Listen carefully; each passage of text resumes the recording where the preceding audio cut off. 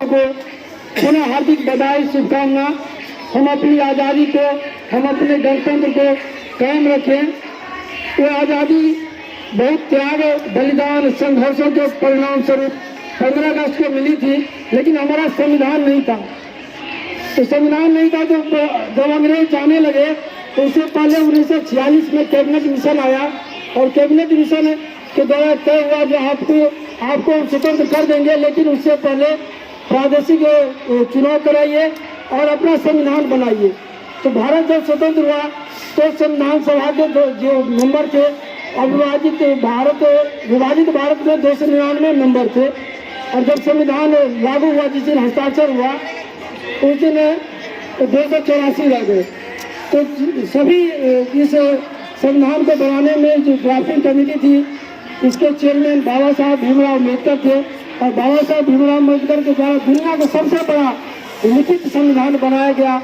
उस संविधान को बनाने में 2 वर्ष 11 महीना 18 दिन लगे और 26 नवंबर 1949 को संविधान बनकर तैयार हुआ।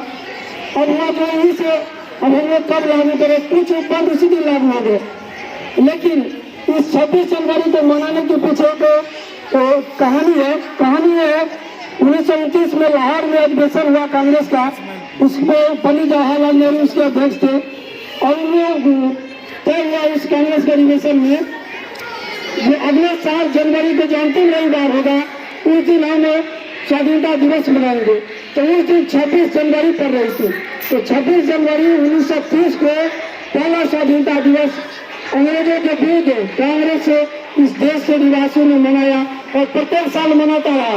जैसे अंग्रेजों को रुचि लगी रहे, और जब भारत स्वतंत्र हुआ, संविधान बनकर तैयार हुआ 26 नवंबर 1949 को, तो तय हुआ जो हम लोग जो 26 जनवरी को मना रहे हैं स्वाधीनता दिवस, तो इस दिन को हम लोग बनाए रखें। तो 2 महीना इसे लागू करने के लिए समय लगा। तो 26 जनवरी 1950 को जो हमारा संविधान बाबा साहब भीमराव अम्बेडकर की ड्राफ्टिंग कमेटी के अध्यक्ष थे, उनके द्वारा तैयार संविधान को 26 जनवरी 1950 को संविधान लागू हुआ। हमारा देश गणतंत्र घोषित हुआ, और इस गणतंत्र को बनाए रखने में हम सब की महत्वपूर्ण भूमिका है। बहुत सारे बलिदान, त्याग हमारे देशवासियों ने दी है, तब हमको स्वाधीनता मिली। इस स्वाधीनता के पश्चात हमारे देश ने बहुत बड़ी तरक्की की है। हमारा देश इसे दुनिया के 5वीं सबसे बड़ी अर्थव्यवस्था है।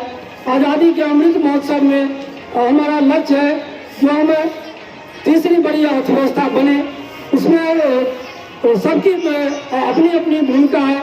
सभी बच्चे तय करेंगे जो हम बेहतर अपने जीवन में बेहतर करेंगे, बेहतर ढंग से पढ़ेंगे।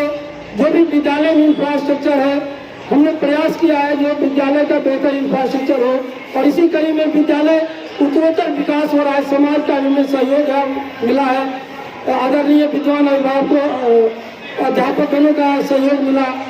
इस सहयोग की कड़ी में कुछ नए आयाम हमने स्थापित करे हैं, और आगे भी मेरा प्रयास रहेगा कि विद्यालय की उन्नति में जो भी हमसे बन पड़ेगा वो हम करते रहेंगे। और अंत में एक दुआ है, तिरंगा लहराएंगे, देशभक्ति गुनगुनाएंगे, वादा करो इस देश को दुनिया का सबसे प्यारा देश बनाएंगे। इसी के साथ अपनी वाणी को समाप्त करते हैं। जय हिंद, जय भारत।